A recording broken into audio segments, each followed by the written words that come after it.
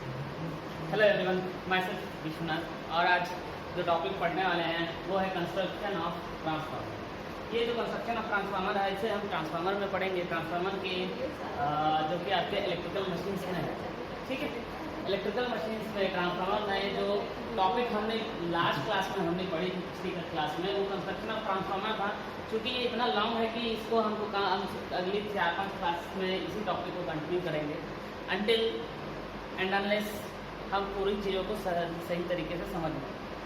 तो अब आ जाते हैं अपन जो पिछले टॉपिक में पढ़ा था, जो स्ट्रक्चर, जो आपका क्रिस्टलाइन स्ट्रक्चर है ट्रांसफार्मर के, जो मॉलिक्यूल्स हैं उनके, उसके बारे में पढ़ा था, जिसमें कि हमने देखा था बॉडी सेंटर्ड क्यूबिक स्ट्रक्चर। ये जो देख रहे हो आप, इसमें इसका ये नाम बॉडी सेंटर्ड क्यूबिक स्ट्रक्चर इसलिए पढ़ा बिकॉज इसका जो ओवरऑल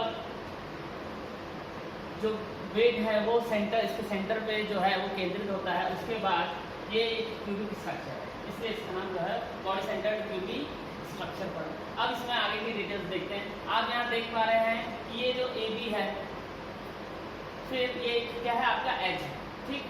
ये ए सी आपका एक डायगोनल है, ठीक है, जो कि सेम फेस का है। इस सेम फेस में ये एक डायगोनल है, और ये ए डी जो है उसके अपोजिट फेस का डायगोनल। अब बात होती है कि इसके ओरिएंटेशन कैसे होती है, क्योंकि हम एक as an engineer, electrical engineer, हम क्या चाहते हैं कि आपकी एफिशिएंसी बहुत ज़्यादा हो। कहने का मतलब यह है कि आपकी एफिशिएंसी हाई होनी चाहिए, और एफिशिएंसी हाई होने के लिए एक ट्रांसफार्मर में जो एफिशिएंसी है वो हाई तभी होगा जब आपका लीकेज फ्लक्स क्या होगा, वो 0 होगा और नियर अबाउट 0 होगा। तो हम क्या करते हैं कि लीकेज फ्लक्स को कम करने के लिए हम उस जो कोर है, आपकी कोर की जो रिलक्टेंस है उसको कम करते हैं, या फिर ये बोल सकते हैं कि उसकी जो परमिएबिलिटी है उसको हमको क्या करना रहता है, इंक्रीज करना रहता है। तो अब परमिएबिलिटी इंक्रीज कैसे होगी, क्योंकि हमने जो देखा है कि आपका नॉर्मल केस में आपका जो सिलिकॉन स्टील होता है उसकी परमिएबिलिटी का तो हाई होती है, लेकिन उससे और ज़्यादा हाई हम कर सकते हैं बाई सब प्रैक्टिकल ट्रीटमेंट्स। कुछ प्रैक्टिकल ट्रीटमेंट जैसे कि हमको प्रैक्टिकल ट्रीटमेंट करने के बाद जो एक जो मटेरियल मिलता है आफ्टर द ट्रीटमेंट, उसे हम कहते हैं CRGO steel. C stands for cold, R for rolled, G for grain and O for orient और orientation। So cold rolled grain oriented steel हमको मिलता है, ठीक है। तो सबसे पहली चीज़ ये है कि इसमें हम कोशिश क्या करते हैं, हम ट्रीटमेंट करते हैं इस स्टील का, तो हमको क्या मिलेगा, आउटकम क्या मिलेगा। देखिए, ये जो बॉडी सेंटर्ड क्यूबिक स्ट्रक्चर है, इसको हम एक ओवरऑल व्यू में देखा जाए तो यहाँ देखिए, ये है आपका नॉर्मल स्टील। इस नॉर्मल स्टील में जब आपका एक ग्रेन का जो ओरिएंटेशन है, अगर वो उसके एज के अकॉर्डिंग आता है, तो आपका परमिएबिलिटी जो है म्यू स्टैंड्स फॉर परमिएबिलिटी, तो उसका जो ओरिएंटेशन रहेगा ए बी के एज के रेस्पेक्ट में, तो उसकी परमिएबिलिटी क्या होगी, हाई होगी। और अगर हम AC के रेस्पेक्ट में करते हैं, यहाँ डायग्राम देख रहे हैं, इस AC के रेस्पेक्ट में हम क्या करते हैं, ओरिएंटेशन करें या फिर मैग्नेटाइजेशन करें, तो उसका जो परमिएबिलिटी होगा उसके रेस्पेक्ट में, किसके, AB के रेस्पेक्ट में कम होगा। फिर आती है बात, जो थर्ड ऑप्शन है हमारे पास मैग्नेटाइजेशन के लिए, वो है AD। अगर हम AD के रेस्पेक्ट में क्या करते हैं, मैग्नेटाइजेशन करते हैं, तो हमको जो परमिएबिलिटी मिलेगी वो कम मिलेगी। कहने का मतलब क्या है कि हमको सेम मैग्नेटाइजेशन को अगर प्रोड्यूस करना है तीनों केसेस में, AB, AC और AD, तीनों केसेस में अगर मुझे क्या करना है, मैग्नेटाइजेशन करना है, तो सेम मैग्नेटाइजेशन करना है, तो AB के केस में मुझे कम एक्साइटिंग करंट की जरूरत पड़ेगी, AC के केस में उससे ज़्यादा, और AD के केस में सबसे ज़्यादा करंट की रिक्वायरमेंट होगी जो हम सोर्स से लेंगे। तो क्या होता है कि सपोज मान लीजिए यहाँ आएगा आपका ट्रांसफार्मर, इसका रिलेशनशिप मैं आपको बताता हूँ कि ये कैसे काम करता है।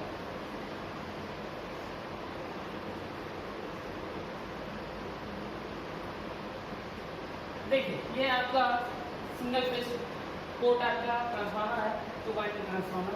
इसमें देख रहे हैं आप कि ये जो ट्रांसफार्मर है ये आपके सोर्स से करंट ले रहा है, ठीक है। अब ये जो करंट है इसकी वैल्यू कम होगी ज़्यादा होगी, वो किस बात पर डिपेंड करता है कि उस मटेरियल की परमेबिलिटी कैसी है।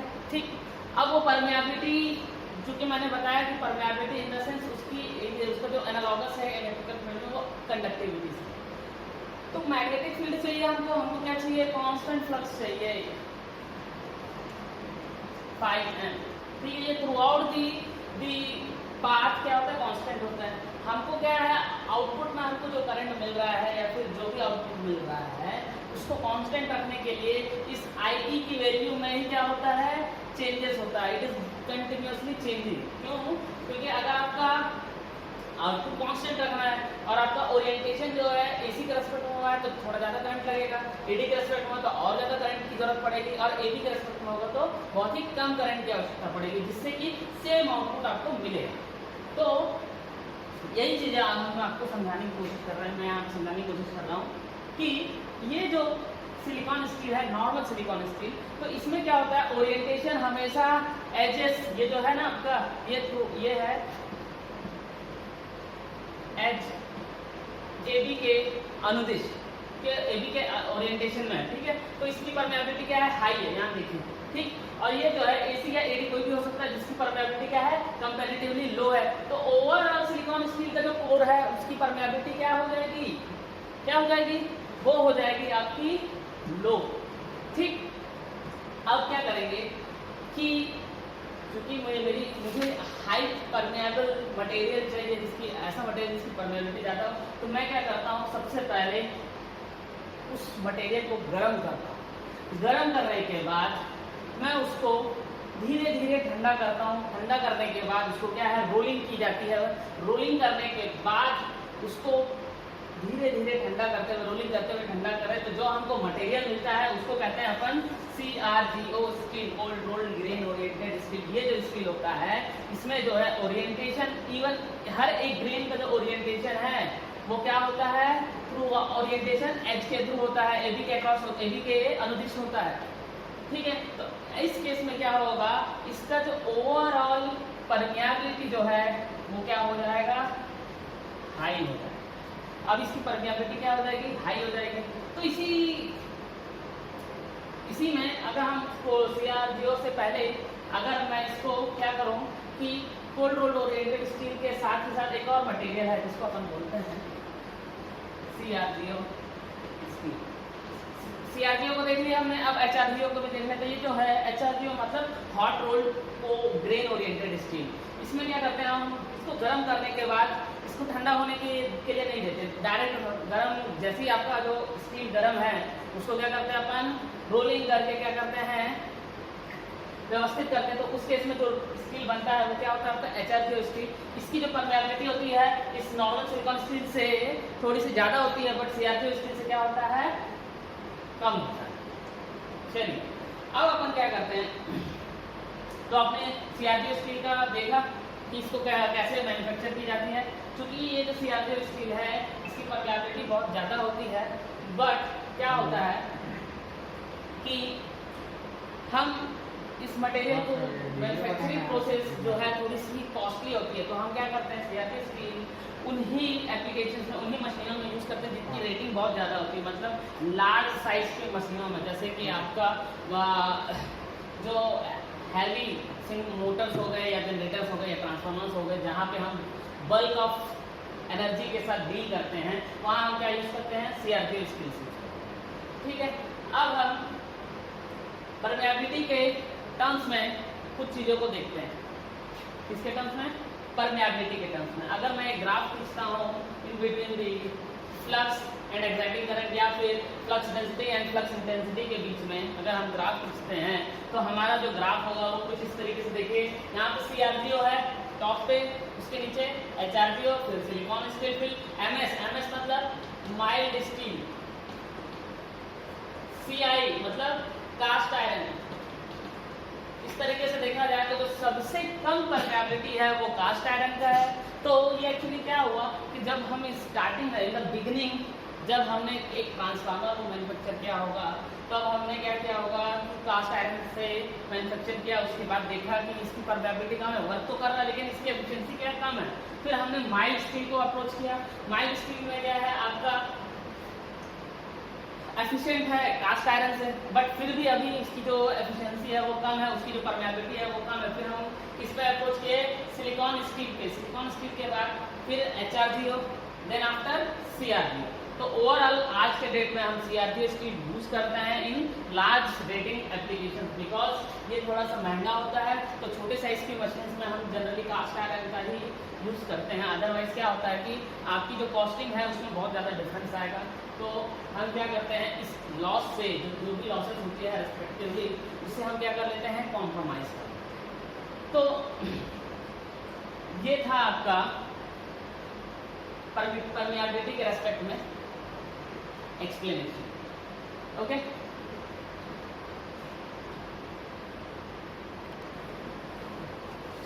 तो इसमें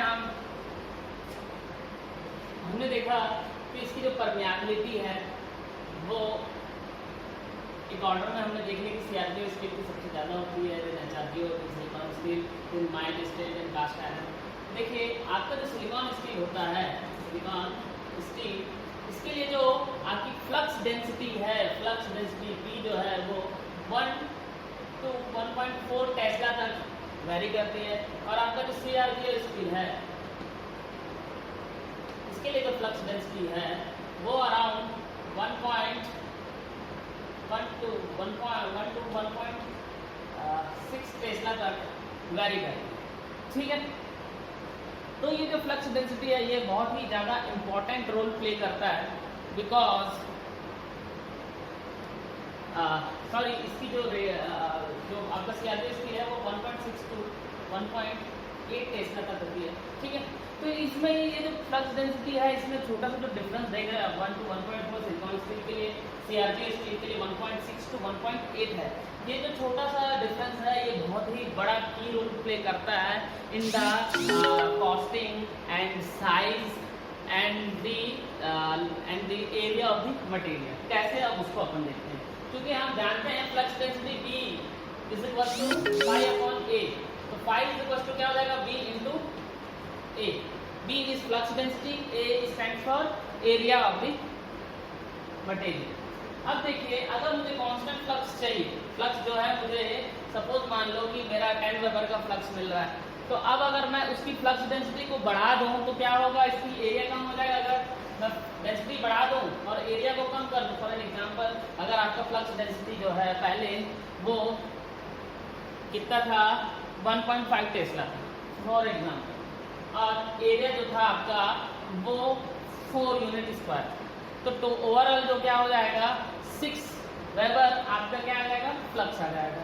अब अगर मैं क्या करता हूँ कि मुझे अपने फ्लक्स को मैं कांस्टेंट ही रख रहा हूँ, लेकिन अपने फ्लक्स डेंसिटी को क्या कर रहा हूँ, मैं इंक्रीज कर रहा हूँ। फ्लक्स डेंसिटी को अगर मैं 2 टेस्ला कर दूँ तो मेरा एरिया क्या हो जाएगा, एरिया जो हो जाएगा वो 3 यूनिट स्क्वायर हो जाएगा। मतलब ओवरऑल जो फ्लक्स मुझे मिल रहा है 5, वो तो मुझे 6 वेबर ही मिल रहा है, लेकिन जो मेरा एरिया है उसमें पूरे के पूरे 1 यूनिट स्क्वायर का आपका क्या आ जा रहा है, डिफरेंस आ रहा है। ठीक है, तो इससे मैं ये बोल सकता हूँ कि ये एक छोटे से एक कैलकुलेशन के एक एग्जांपल था। अगर मैं पूरा का पूरा ट्रांसफार्मर कंस्ट्रक्ट कर रहा हूँ, तो अगर मैं अपने फ्लक्स डेंसिटी में जो छोटा सा वेरिएशन को इम्प्रूवमेंट करता हूँ, तो उससे क्या हो रहा है कि उसकी जो ओवरऑल साइज है, ओवरऑल आपका वेट है, वो क्या हो जाएगा, टोटली कम हो जाएगा, कॉम्पैक्ट हो जाएगा। तो इससे अपने को ये समझ में आ गया कि हम जब किसी ट्रांसफार्मर की मैन्युफैक्चरिंग करते हैं तो हम उसकी फ्लक्स डेंसिटी और उसकी जो एरिया है उस पर पूरा फोकस करके रखते हैं। बिकॉज अगर उसकी फ्लक्स डेंसिटी, अगर आपकी जो फ्लक्स डेंसिटी ज़्यादा अच्छी है, इम्प्रूव है इन द सेंस, यहाँ देखिए इस ग्राफ में देखिए फ्लक्स डेंसिटी और आपका ये जो करंट है, ठीक है, तो करंट के रेस्पेक्ट में जो फ्लक्स प्रोड्यूस हो रहा है वो सबसे ज़्यादा किसमें हो रहा है, CRGO। मतलब सेम करंट, जैसे मान लो यहाँ पर हमारा करंट है I, ये आई है, तो सेम I जो आपका फ्लक्स है वो सब हर एक स्टील के लिए उसकी वैल्यू क्या हो रही है, कम हो रही है। तो CRGO यहाँ है, फॉर HRGO यहाँ पर, सिलिकॉन स्टील यहाँ पर है, फॉर उसके बाद आपका माइल्ड स्टील के लिए यहाँ और सिलिकॉन स्टील के लिए सबसे कम है यहाँ। तो इसके हिसाब से हम ये डिसाइड कर सकते हैं कि अगर आपके जो ट्रांसफार्मर कोर है उसकी परमेबिलिटी अगर हाई है, अगर उसकी परमेबिलिटी क्या है, ज़्यादा है, तो उसके रेस्पेक्ट में आपको कम करंट में ज़्यादा फ्लक्स मिलेगा। ज़्यादा फ्लक्स मिल रहा है इन द सेंस आपका जो एरिया है कोर की वो क्या हो जाएगी, कम हो जाएगी। इससे जो साइज है ट्रांसफार्मर का वो क्या हो जाएगा, कॉम्पैक्ट हो जाएगा। आपको जो कॉस्टिंग है मटेरियल की वो कम हो जाएगी, ठीक है, जो वेट है वो भी कम हो जाएगा। ये था इसका एप्लीकेशन। तो देखिए आप जो आपका ओरिएंटेशन है जिसकी वजह से आपकी परमेबिलिटी क्या हो रही है, इंक्रीज हो रही है, उससे उसकी साइज तक सारी चीज़ें क्या है, डिपेंडेंट है, मतलब all these things are interconnected, ठीक है। अब आते हैं अपन कि हमारी जो सीआरजी स्टील है उसको क्या करते हैं, उसको अपन लैमिनेशंस करके, जो हमारी सीआरजी स्टील है उसको हम क्या करते हैं, लैमिनेशंस करके उनकी फ्रेम्स को आपस में जोड़ते हैं। जैसे कि इधर देखिए इस डायग्राम में आप देख रहे होंगे कि ये जो है आपका मैग्नेटिक मटेरियल है, उनके बीच में हम क्या कर रहे हैं, इंसुलेटिंग मटेरियल डाल रहे हैं। एक्चुअली इसको क्या लैमिनेट करके फ्रेमिंग करके दोनों उन सारे स्ट्रिप्स को, फ्रेम्स को क्या करते हैं, बोल्डिंग करके टाइट करके रखते हैं, जिससे कि उनके बीच में एयर गैप ना हो। इस एयर गैप के रेस्पेक्ट में मैं आपको एक क्लास और ले लूँगा, ठीक है, जिसमें कि आपको ब्रीफ इसमें मैं आपको ब्रीफली एक्सप्लेन करूंगा कि एक माइनर सा एयर गैप भी आ जाए तो आपके ट्रांसफार्मर में क्या फर्क पड़ता है परफॉर्मेंस में। अब जब ऐसा बात आती है कि सर ऐसा क्यों करते हैं, ये जो फ्रेम्स हैं, इन सभी को जो फ्रेम्स हैं आपकी मैग्नेटिक मटेरियल्स को उनको लैमिनेट करके कसने का जो मेन रीज़न है वो ये है कि हम एडी करंट लॉसेस को क्या कर सकें, लिमिट कर सकें।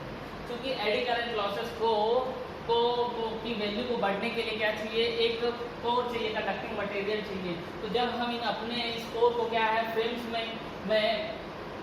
में लेके थ्रू इंसुलेटिंग मटेरियल लैमिनेशन करके जब हम जोड़ते हैं तो वो जो एडी करंट इंड्यूस होती है उसको क्या होता है, वो फैलने के लिए, उसको फ्लो होने के लिए क्या है, पाथ कम पड़ जाता है, तो वो क्या हो जाता है, वो स्प्रिंग तक ही लिमिट रहती है क्योंकि ये लैमिनेटेड है।